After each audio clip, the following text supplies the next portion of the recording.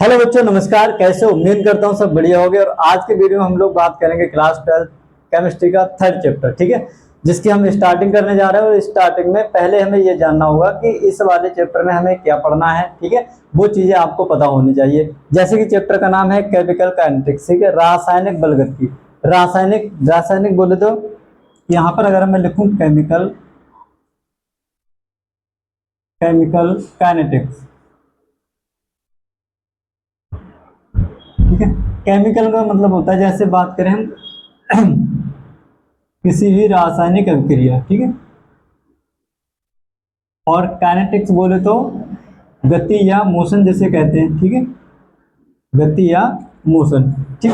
तो किसी भी रासायनिक अभिक्रिया की जो गति है, उसका जो वेग है, ठीक है, उसके बारे में इस वाले चैप्टर में बताया जाएगा, ठीक है। किस तरह से किसी भी रासायनिक अभिक्रिया की गति को हम कैलकुलेट कर सकते हैं, रासायनिक अभिक्रिया की गति किस किस फैक्टर पर डिपेंड करती है, और उसको फाइंड करने के फार्मूले क्या है, ठीक है। तो ये चीजें हम यहाँ पर आज के वीडियो में डिस्कस करेंगे। तो केवल यही जानेंगे कि रासायनिक अभिक्रियाएं कितने प्रकार की होती हैं, और ये जो हमारी केमिकल काइनेटिक्स है, ये आखिर है क्या, ये क्या बताती है, किस चीज का इसमें अध्ययन किया जाता है।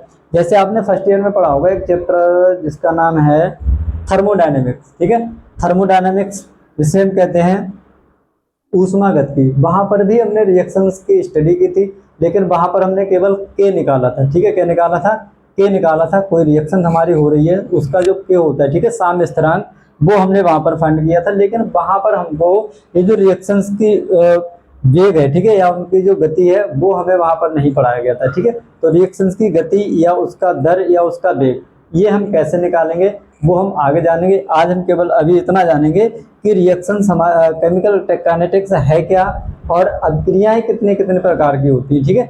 कुछ अभिक्रियाएं ऐसी होती हैं जो हमारी तुरंत रिएक्टेंट्स को हमने मिलाया और तुरंत हमें प्रोडक्ट मिल जाता है। कुछ अभिक्रियाएं ऐसी होती हैं जिनमें हम अगर हमने रिएक्टेंट को मिला दिए तो मान लो उनमें 5 मिनट लग गए, 10 मिनट लग गए, 1 घंटा लग गया, 2 घंटे लग गए, 1 दिन लग गया ज़्यादा से ज़्यादा, तो हमें प्रोडक्ट मिल जाएगा। लेकिन यही कुछ रासायनिक अभिक्रियाएं ऐसी होती हैं जिनको अगर आपने रिएक्टेंट्स को मिला दिया है, ठीक है, या कोई भी रिएक्टेंट्स आपके कहीं हैं, ठीक है, या कोई आपका कोई भी चीज है, कोई वस्तु है, उस पर अगर कोई रिएक्शन हो रही है, या आपस में रिएक्टेंट्स को मिलाने से कोई रिएक्शन हो रही है, तो वो रिएक्शन आपको महीनों वर्षों में भी अगर आपको वहां पर कोई भी परिणाम देखने को नहीं मिल रहा है, कोई रिजल्ट देखने को नहीं मिल रहा है, तो ये रिएक्शन हमारी क्या कहलाती है? अति मंद अभिक्रियाएं कहलाती है, ठीक है, जो बहुत समय में होती हैं, फिर भी हमें उनमें कोई भी परिवर्तन देखने को नहीं मिलता है, ठीक है। तो यही चीजें हम जानेंगे। तो यहाँ पर लिखा हुआ है रासायनिक बलगति, जो कि हमारा थर्ड चैप्टर है, ठीक है। कौन सा है?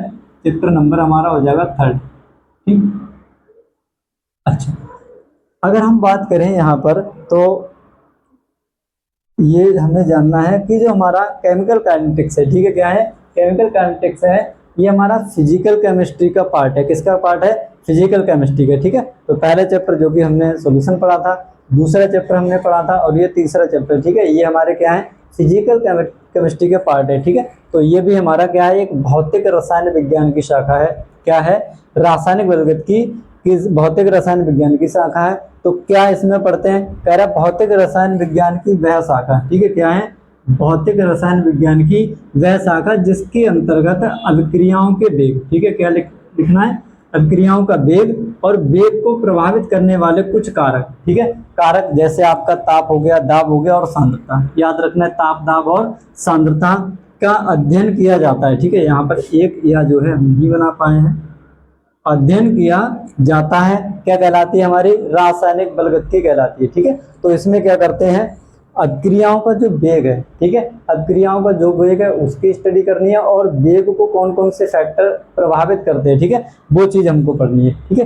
जैसे मान लो अगर आपको सोल्यूशन बनाना है, शुगर प्लस वाटर लेना है, अगर आप उसका टेम्परेचर बढ़ा देंगे तो रिएक्शन जल्दी हो जाएगी, जल्दी से आपको मिल जाएगा, ठीक है, प्रोडक्ट। और दाब, अगर आपको गैसें घोलनी है, ठीक है, क्या करनी है? गैसें अगर आपको पानी में डिजोल्व करनी है, तो वहां पर आपका दाब ज्यादा लगाना पड़ेगा, तब जाके दाब से उसकी विलेयता बढ़ जाएगी, ठीक है, तो प्रोडक्ट हमारा जल्दी बन जाएगा।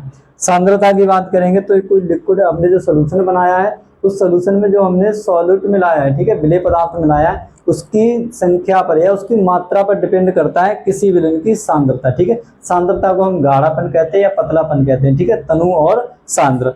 तो तनु मतलब जितनी कम मात्रा होगी सोल्यूट की वो क्या होगा, तनु विलयन होगा। मात्रा अगर सोल्यूट की ज्यादा है, ठीक है, यानी कि विलेय की मात्रा ज्यादा है, उतने ही विलयन, उतने ही अमाउंट ऑफ वाटर में, ठीक है, या उतने ही विलायक में, तो वो क्या होगा हमारा, एक तनु हो जाएगा, एक क्या हो जाएगा, सांद्र हो जाएगा, ठीक है।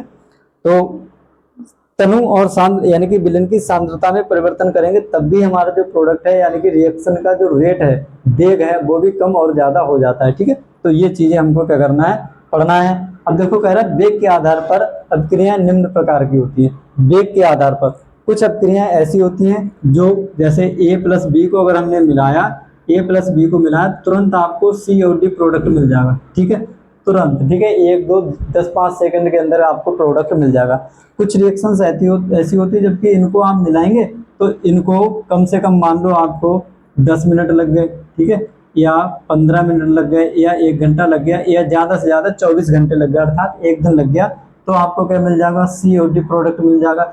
इसके विपरीत कुछ रासायनिक अभिक्रियाएं ऐसी होती हैं जिनको अगर आप मिलाओगे, ठीक है, प्रोडक्ट को अगर आप मिलाओगे, प्रोडक्ट आपस में रिएक्शन करेंगे तो उनको होने में कई महीनों लग जाते हैं। क्या हो जाता है, कई महीनों, ठीक है, महीनों या वर्षों, महीनों या वर्षों में भी जो हमारा सी और डी प्रोडक्ट है वो नहीं बनता है, ठीक है, महीनों में या वर्षों में भी हमारा जो सी और डी प्रोडक्ट बनना चाहिए वो नहीं बनता है। तो इनको हम क्या कहते हैं, अति मंद अभिक्रियाएं। और ये जो हमारी क्विकली बहुत तेज होती है इनको कहते हैं हम तीव्र अभिक्रियाएं, ठीक है, या इनको हम कहते हैं तात्कालिक, ठीक है, रिएक्टेंट्स मिलते ही रिएक्शन शुरू हो जाती है, ठीक है। और ये क्या होती है हमारी, इनको हम कहते हैं मंद अभिक्रियाएं। तो वेग के आधार पर 3 प्रकार की होती है, एक बहुत जल्दी होने वाली, एक बहुत देर में होने वाली, एक दोनों के लगभग बीच में होने वाली, ठीक है। तो सबसे पहले हम पढ़ेंगे तात्कालिक रिएक्शन, ठीक है, जिनको हम क्या कहते हैं, तात्कालिक या तीव्र अभिक्रियाएं। तो तीव्र अभिक्रियाओं के बारे में अगर हम बात करें तो ये क्या होती हैं, कुछ रासायनिक अभिक्रियाएं अति शीघ्र या क्षण भर में हो जाती है, ठीक है, अति शीघ्र या क्षण भर में हो जाती है। जैसे अगर आप एसिड बेस की बात करेंगे, जहाँ पर हम न्यूट्रलाइजेशन रिएक्शन पढ़ते हैं, तो एसिड और बेस को जब मिलाते हैं तो तुरंत ही आपका वाटर और सॉल्ट बन जाता है, ठीक है। तो क्षण भर में या शीघ्र ही पूर्ण हो जाती है, तात्कालिक अभिक्रियाएं कहलाती है। इनको हम क्या कहते हैं, तात्कालिक अभिक्रिया कहते हैं। देखो कह रहा है इनका वेग इतना होता है कि उसे मापा नहीं जा सकता है, ठीक है। तो जो रिएक्शन बहुत जल्दी हो जाती है उसके वेग को हम माप नहीं सकते, डिटरमाइन नहीं कर सकते, ठीक है। तो याद रखना है तात्कालिक अभिक्रिया, ठीक है, या तीव्र अभिक्रियाओं का जो वेग होता है वो हम प्रयोगों द्वारा माप नहीं सकते, ठीक है। ये पहले से ही आपको पता हो रखा होता है, मतलब बता दिया जाता है कि इसका वेग इतना होगा, पर हम कैलकुलेट नहीं कर पाते, ठीक है, प्रयोगों द्वारा।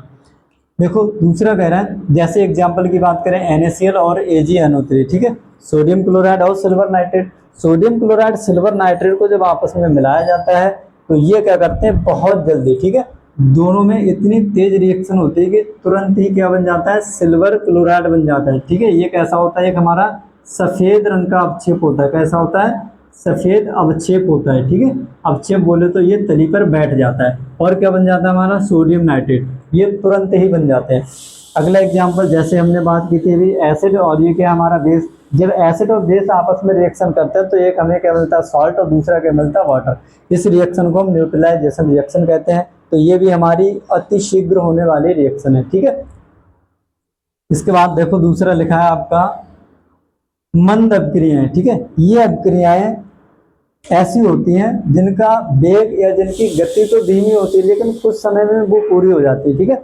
वेग तो धीमा होता है लेकिन कुछ समय में वो कंप्लीट हो जाती है, जैसे 10 मिनट, 15 मिनट, आधा घंटा, या मान लो 24 घंटे हो गए, एक दिन में लगभग पूरी हो जाती है। तो भाई लिखा है, देखो कह रहा है वे रासायनिक अभिक्रियाएं जो मंद गति से होती है लेकिन कुछ समय बाद पूर्ण हो जाती है, ठीक है। होती तो धीमे धीमे लेकिन कुछ समय में पूरी हो जाती है, और ये तो तुरंत ही हो जाती है, ठीक है। तो कह रहा है इनकी गति मंद होने के कारण मापा जा सकता है। इनका जो वेग है, इनकी जो गति है, चलने की जो दर है वो धीमी होती है, इसलिए हम उसको आराम से या आसानी से कैलकुलेट कर पाते हैं, ठीक है। कह रहा है इनको आणविक अभिक्रियाएं भी कहा जाता है। अब आणविक अभिक्रियाएं क्यों कहा जाता है, क्योंकि जो रिएक्शन होती है ये अभिकारक अणुओं के बीच में होती है। किसके बीच में होती है, अभिकारक अणुओं के बीच में। जैसे एक हमारा अभिकारक अणु ये है, ठीक है, ये क्या हमारा एसिटिक एसिड है, क्या है ये एसिटिक एसिड, और ये क्या हमारा एल्कोहल, ठीक है। तो एक अणु एसिटिक एसिड का और एक अणु किसका, एल्कोहल का है। तो ये आणविक अभिक्रियाएं कहलाती है क्योंकि अणुओं के बीच में रिएक्शन हो रही है। देखो एसिटिक एसिड और अल्कोहल जब मिलता है तो यहाँ से वाटर रिमूव हो जाता है। क्या रिमूव हो जाता है? वाटर रिमूव हो जाता है और बन के जाता है हमारा CH3COO-C2H5। क्या बन जाता है? CH3COO-C2H5। ठीक है, यहाँ से कुछ इस तरह से इधर का OH और इधर का H, ठीक है, ये यहाँ से इस तरह से निकल जाता है और क्या बन जाता है हमारा H2O और CH3COO-C2H5। ठीक है, अगला एग्जाम्पल देखो, जैसे कह रहा है CH3CHCl3। ठीक है, ये क्या हमारा मिथाइल क्लोराइड है प्लस O2। जब इस मिथाइल क्लोराइड को ऑक्सीजन के संपर्क में रखा जाता है तो बनता है फॉस्जीन। क्या बनता है? इसी को हम फॉस्जीन कहते हैं। क्या कहते हैं? ये हमारा है फॉस्जीन। ठीक है, जो कि एक जहरीला विषैला होता है और बन जाता है हमारा HCl। ठीक है, तो ये एग्जाम्पल है हमारे किसके? मंद अपक्रियाओं के। किसके हैं? मंद अपक्रियाओं के एग्जाम्पल हैं। इसके बाद एक और आपका रह जाता है जिसका नाम है अति मंद अपक्रिया। ठीक है, क्या है हमारा? थर्ड पॉइंट हमारा है अति मंद अपक्रिया। ठीक है, तो उसको भी यहीं पर नोट कर लेते हैं।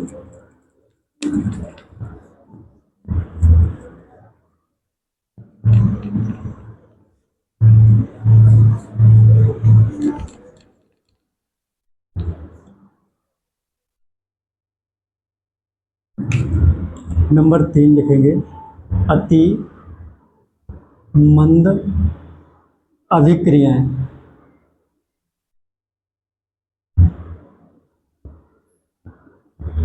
अति मंद अभिक्रिया। ठीक है, ये बहुत धीमे गति से होती हैं, तो इनमें क्या लिखेंगे? इसमें लिखेंगे जिन रासायनिक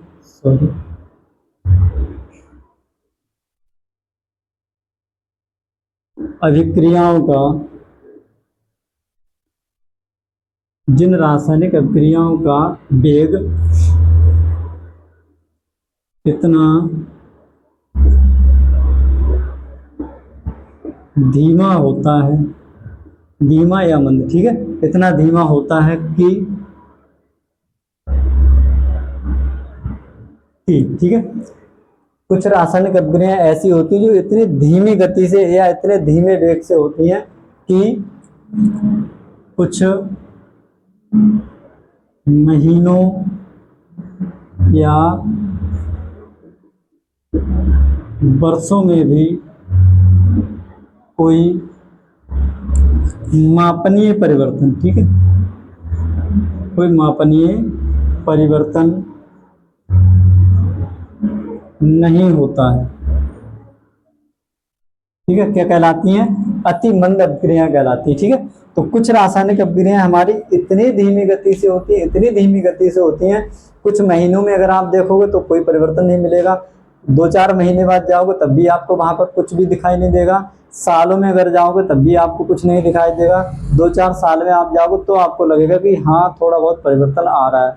अब हम जैसे बात करें लोहे पर जंग का लगना। लोहे पर जंग का लगना है, ऐसा नहीं कि आज हम लोहा लाए खरीद के 1 महीने 2 महीने में लोहे पर जंग लग गई। ठीक है, तो ऐसा नहीं होता है। लोहे पर जंग लगने के लिए कुछ समय चाहिए होता है। ठीक है, 1-2 साल लग जाती है, तब जाके हमारा लोहा जंग खा लेती है। ठीक है, यानी कि लोहे पर जंग लग जाती है। तो लोहे पर जंग का लगना भी हमारा क्या है? एक स्लो अभिक्रिया है। क्या है? स्लो अभिक्रिया है। इनकी इसके एग्जाम्पल की अगर हम बात करें, देखो एग्जाम्पल क्या होता है। अच्छा, इसमें एक चीज और लिख लो, क्या है? इनकी गति। ठीक है, क्या लिखेंगे? इनका वेग कैसा होता है? बहुत धीमा होता है। ठीक है, कैसा होता है? इनका वेग बहुत धीमा होता है, इसलिए इनको हम नाप नहीं पाते। ठीक है, इनका वेग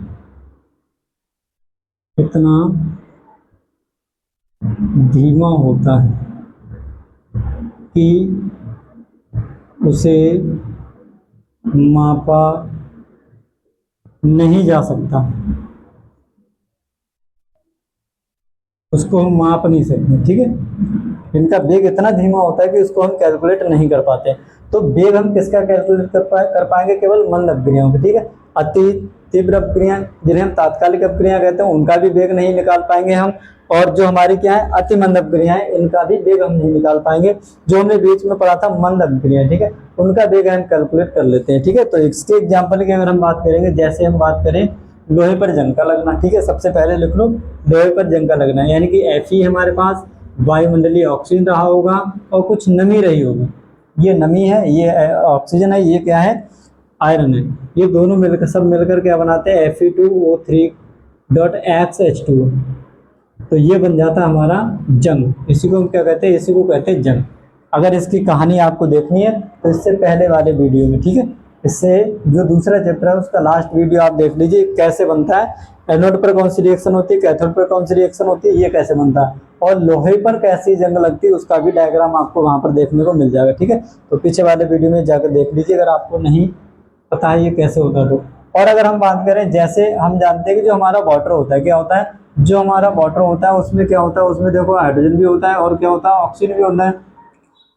हम जानते हैं वाटर हमारा हाइड्रोजन ऑक्सीजन से मिलकर बना होता है, लेकिन अगर हम हाइड्रोजन और ऑक्सीजन को मिलाकर इकट्ठा करके रख दें तो यूँ नहीं कि हमें दो एक महीने में या एक आध साल में पानी बन के बन जाएगा। ठीक है, तो हमें इस तरह से पानी नहीं मिलने वाला है हाइड्रोजन और ऑक्सीजन से, लेकिन हमें पता है कि हाइड्रोजन और ऑक्सीजन के संयोग से ही पानी बनता है, यानी कि उसमें हाइड्रोजन भी होता है और ऑक्सीजन भी होता है। तो अगला एग्जाम्पल आप यही लिख सकते हैं कि H2 + O2, ये दोनों गैसें हैं और इधर बनता है हमारा H2। ठीक है, तो ये एग्जाम्पल है हमारे किसके, अति मंद अपक्रियाओं के। ठीक है, किसके, अति मंद अपक्रियाओं के। अब ये बेसिक सी जानकारी थी, मतलब रिएक्शंस के बारे में आपको पता होना चाहिए कि कितनी प्रकार की अपक्रियाएं हम इस वाले चैप्टर में पढ़ते हैं। 3 प्रकार की अपक्रियाएं पढ़ते हैं। ठीक है, पहला हमने पढ़ा था तात्कालिक अपक्रियाएं, दूसरा हमने पढ़ा था मंद अपक्रियाएं और तीसरा हमारा अति मंद अपक्रियाएं। याद रखना, केवल और केवल हम कौन सी अपक्रियाओं के वेग को माप पाएंगे, जो हमारी मंद अपक्रियाएं होती है। ठीक है, मॉडरेट रिएक्शंस होती है, केवल उनके ही वेग को हम माप पाते हैं। क्यों, क्योंकि उनका वेग स्लो होता है। बाकी जो हमारी तात्कालिक अपक्रियाएं होती है वो बहुत तेजी से होती हैं, हमें पता ही नहीं लगता कि कब हो गई। ठीक है, और ये रिएक्शंस भी हमें पता नहीं लगता कि इनमें कितना टाइम लगेगा। ठीक है, इनकी कोई लिमिट नहीं होती है। जो मॉडरेट होती है हमारी मंद अपक्रियाएं, उनका टाइम फिक्स होता है। ठीक है, 2 घंटे लग गए, 3 घंटे लग गए, 10 मिनट लग गए, 5 मिनट लग गए, तो इस तरह से उनका हम क्या करते हैं, वेग कैलकुलेट कर पाते हैं। ठीक है, तो किस तरह से कैलकुलेट करते हैं, और जो दर है, वेग है, वो होता क्या है, दर क्या होता है, जैसे अपक्रिया होने की, अपक्रिया में कितना टाइम लग रहा है। ठीक है, अभिकारकों की सांद्रता परिवर्तन में कितना समय लग रहा है, उसी को तो हम वेग कहते हैं। ठीक है, तो वेग हमारा होता क्या है एक्चुअली, वेग या दर की अगर हम बात करें तो वेग या दर क्या होता है, अभिकारक या उत्पाद की सांद्रता में परिवर्तन, अभिकारक या उत्पाद की सांद्रता में परिवर्तन बटे परिवर्तन में लगा समय, बटे परिवर्तन में लगा समय।